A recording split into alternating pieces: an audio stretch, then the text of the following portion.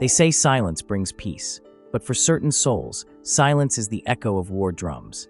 In that hushed space where the world stops shouting, the mind begins its revolt. For a man who dares to think, not by repeating what he's heard, but by confronting the raw, unfiltered essence of reality, silence becomes a crucible. He doesn't erupt in chaos. He peels back the comfortable lies others wear like skin. He doesn't raise weapons. He raises questions, the kind that unsettle the foundations of convention.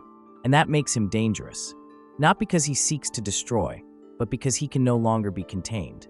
He slips through society's fingers like smoke, no longer seduced by praise or paralyzed by fear. In a world obsessed with noise, distraction, and artificial significance, his refusal to participate makes him powerful. While others chase validation, he chooses solitude. While others drown in shallow talk, he drowns in depth. He is unmoved by glitter, untouched by trends. His silence is not absence, it is presence in its most potent form. And a man who becomes present within himself cannot be manipulated, predicted, or ignored. He becomes the kind of man whose stillness feels louder than any scream. Somewhere in the quiet, beyond the noise of the world and the clamor of empty routines, a rare kind of consciousness stirs. Not the passive dreamer, not the reactive follower, but the thinker, the overthinker, the one burdened and blessed with vision that cuts beneath the surface. He sees through rehearsed laughter, deciphers the silences between words, and senses the discomfort hidden behind polite faces. His intuition becomes a curse and a compass. Arthur Schopenhauer, the philosopher who embraced isolation, inner will, and the shadows of existence, recognized this archetype. He knew that to think too much isn't some personality trait, it's resistance. It's the refusal to sleepwalk through life. To engage in real thought is to declare war on pretense. It's an act of spiritual insubordination. Because in a culture addicted to surface-level gratification, to think deeply is to strip away illusions brick by brick, even if it leaves you standing in rubble. You begin to see that what you were taught to love might be what enslaves you. And that kind of clarity, it isn't soothing, it's sharp. It confronts you with everything you were trying not to see. Your fears, your contradictions, your unhealed wounds. But that's where transformation begins. The man who dares to walk that inner battlefield, who refuses to numb himself with distraction, emerges as something else entirely. Not broken, not bitter, but ungovernable. Because once a man has met the truth in his own eyes, no lie, no system, no authority, no promise of comfort can ever own him again. He sees the strings, the invisible threads pulling people into roles they didn't choose. He studies the script handed down by society. Chase success, seek approval, smile on cue, suffer in silence. But he no longer pretends to forget its fiction. He won't recite the lines carved into him since birth. Not because he's bitter, not because he's given up, but because he's awake. Fully, painfully, irreversibly awake. He no longer runs after what the crowd runs toward. Not out of apathy, but because he understands the hidden cost. He's felt the weight of applause that only lasts as long as you obey. He's tasted the hollowness of goals that were never truly his. Every cheer demands your compliance. Every reward ties you to expectation. And every bright, smiling face might just be a carefully painted mask hiding fear, envy, or emptiness. When a man begins to think, genuinely think, he doesn't just exit the stage, he burns the script. He steps out of the performance, not as a spectator, but as a critic of the entire production. And in a world terrified of unscripted truth, that kind of presence is unsettling. He becomes unpredictable, not because he's reckless, but because he can no longer be puppeteered. His value no longer depends on applause. His direction no longer follows the arrows painted by others. That's when the world begins to whisper that he's difficult, dangerous, even delusional, because nothing is more threatening to the system than a man who lives unscripted. This isn't poetic exaggeration. It's a philosophical insurgency, a rebellion of the mind against its own enslavement. Arthur Schopenhauer didn't merely observe the world.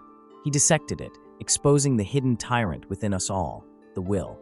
That insatiable hunger, that primal force pushing us toward desire after desire, pain after pain, illusion after illusion. The will does not negotiate. It does not reason. It commands. It enslaves. But when a man begins to perceive this inner dictator, when he notices how his own longings manipulate him like a puppet, something shifts. He doesn't run away from life. He peels away its layers. He detaches, not out of despair, but out of clarity. He is no longer hypnotized by wants implanted by culture or instincts carved by biology. He starts to see his impulses as echoes of a deeper machinery. And once he sees the gears turning, he is no longer ruled by them. He no longer obeys blindly. He moves through the world without being moved by it. He speaks, but not to be heard. He acts, but not for applause. He lives, but not for validation. He becomes a silent witness, a living contradiction in a society desperate for noise, chaos, and distraction. He reflects the truth so clearly, so mercilessly, that those around him flinch, not because he attacks, but because his presence reveals what they've hidden from themselves. He becomes a mirror to the collective delusion, and mirrors are dangerous to those who refuse to look inward. Systems built on ignorance don't fear weapons, they fear insight. They don't tremble before revolutionaries, they tremble before the man who sees. Because true thought isn't mere awareness, it's razor-sharp clarity. And clarity, in its purest form, is lethal. It doesn't shout, it slices. It strips away the disguises people hide behind. It burns through the smoke screens of manipulation, the justifications we offer ourselves, and the polished mask society wears. It reveals what's really there, raw, unfiltered, undeniable.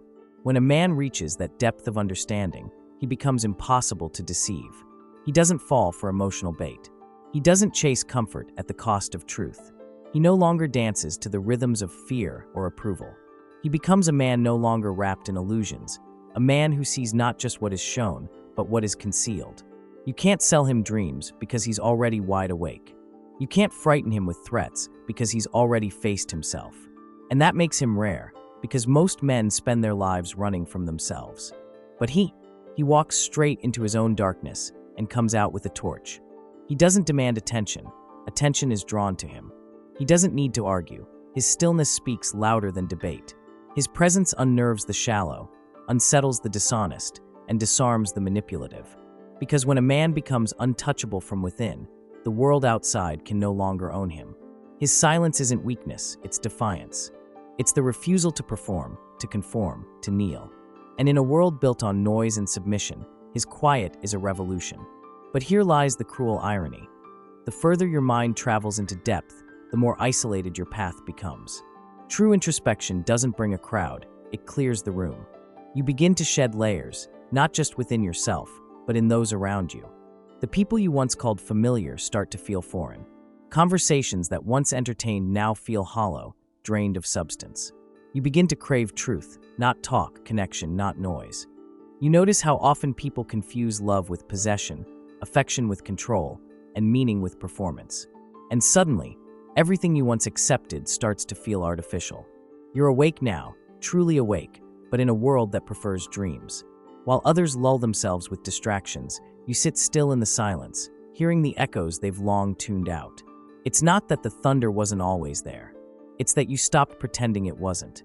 Most walk blindfolded, hands outstretched in a theater of illusion. But you're standing in the raw dark, eyes open, ears sharp, watching what the world refuses to see. And though it's lonely, it's real. You're no longer afraid of solitude because you've discovered it's not empty, it's alive. It's where the mind sharpens, where the soul speaks, where truth echoes loudest. You've left the comfort of the crowd to find the weight of your own thoughts. And that is a journey few dare to take. It wears on you, doesn't it? This constant state of mental warfare. Your thoughts no longer drift, they collide, clash, and demand resolution. Your mind becomes a theater of endless strategy, where every idea is interrogated, every memory dissected, every emotion weighed like evidence. Silence no longer soothes, it lingers like a riddle, waiting to be solved. And feelings, once fleeting, now open portals to hidden chambers of your psyche. Some filled with insight, others with shadows you never meant to face. You pick up on the repetitions others overlook, the looped behaviors, the rehearsed smiles, the lies people tell themselves just to get through the day. Laughter rings different now. You hear the trembling underneath it. Compliments don't flatter you anymore. You question their motive, their origin, their timing. Even achievements lose their shine when you recognize the emptiness that often chases them. You no longer crave the applause because you've seen the price of chasing validation. The world's victories start to look like well-decorated cages, and you'd rather walk alone in truth than be crowned in delusion. There's no going back once you begin to see beneath the surface. The veil lifts and reality becomes raw, unfiltered, and utterly impossible to ignore.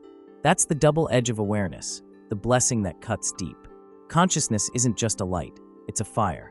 And the more it burns, the more it reveals. You begin to feel like your thoughts no longer fit inside the world they once lived in. Everything feels tighter, smaller, as if reality itself can't contain the magnitude of what you're starting to understand. You begin to interrogate your own existence, not out of despair, but out of a hunger for truth. Why am I really doing this? Who am I when there's no role to play, no eyes watching? What part of my life is genuinely mine, and what was handed to me by fear, by habit, by expectation? And when the answers rise from the depths, they don't flatter you. They don't comfort. They unravel. They tear away the stories you've been clinging to. They leave you standing in front of yourself, stripped of all illusions, forced to confront the raw shape of who you are without the mask. And that, right there, is the beginning of either your destruction or your rebirth. But in that unraveling, something powerful begins to emerge, something ancient, raw, and undiluted. It's not just truth. It's the return to your original essence, the version of you that existed before the world whispered scripts into your ear. You don't become someone new, you remember someone old. The self that existed before comparison, before pressure, before fear taught you how to shrink. That man, unfiltered, unapologetic, untamed, isn't damaged, he's revealed. And that revelation is dangerous to a world obsessed with polish. Because once you've met the version of yourself that doesn't beg for approval, doesn't bend for acceptance, and doesn't perform for comfort, you can never go back. You become a living contradiction to everything the system demands: obedience, predictability, compromise. And in a culture designed to keep people numb, the man who has felt everything and emerged honest is a threat that cannot be silenced. You've likely heard it before. You're overanalyzing. You're too much. Lighten up a little. But they don't see what you see. They don't carry the weight your mind carries. You don't reflect to complicate things. You reflect to uncover what others miss, to grasp the depth beneath the surface, to truly be in a world that numbs. Your thoughts aren't chaos. They're signals, guiding you toward clarity in a fog of confusion. And that level of presence, of seeing people for who they are, of feeling moments most skip over, that unsettles those who have spent their lives hiding behind noise. It's not that you're dangerous because you think too much. You're dangerous because your awareness pierces through illusion like light through a cracked wall.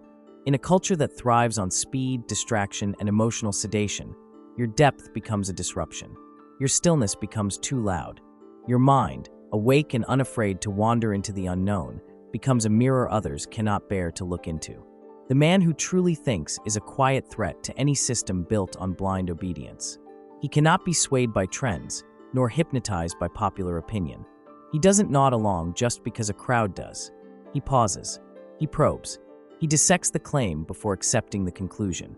When he's told what to believe, he responds not with acceptance, but with inquiry. Why? How do you know? What's beneath that? This refusal to accept easy answers isn't arrogance. It's awareness. It's the essence of inner rebellion. He doesn't need to shout or protest to cause disruption. His stillness, filled with thought, is enough. He doesn't follow rules without first understanding their roots. He doesn't kneel before authority without questioning its foundation. This is the architecture of philosophical danger, a man whose mind is not for rent. He embodies the revolution that doesn't need a megaphone, only a mind that refuses to be silenced. Look around. How many people live on autopilot? Waking, working, scrolling, sleeping. No questions, no resistance, just repetition. But you, if you're still here, still listening, are not one of them. You are the deviation, the disruption, the one who wakes up and ruins the pattern. Not violently, but silently, by thinking. That's why they fear you. Not because you're arrogant, but because you're aware. You don't chase trends. You challenge them. You don't need validation. You seek truth. You don't need followers. You follow your own mind. And that makes you uncontrollable. So they'll call you names. Cold, distant, difficult. But the truth is, you've stopped pretending. You've stopped nodding when you disagree. You've stopped laughing when it's not funny. You've stopped apologizing for your depth. And when that happens, something shifts. You start to attract people who speak in silence. Souls who see your intensity not as threat, but as invitation. Eyes that meet yours and say, I see you. Conversations that don't fear depth. Relationships that don't fear truth. You stop living for applause and start living in alignment. and that perhaps is the most dangerous thing of all, a man who is whole, a man who is true. So if you've ever felt cursed by your own awareness, if you've ever wondered why your mind won't shut off, why you feel everything so sharply, why you walk alone, this message is for you. You are not broken. You are just awake. And that is both your burden and your gift. Keep thinking, keep feeling, keep walking, because the world may not reward the thinker, but it cannot ignore him. The thinker is the beginning of change, the birth of vision, the soul of resistance. And remember this, a numb mind never rebels, but a free mind is a revolution. And revolutions begin in silence.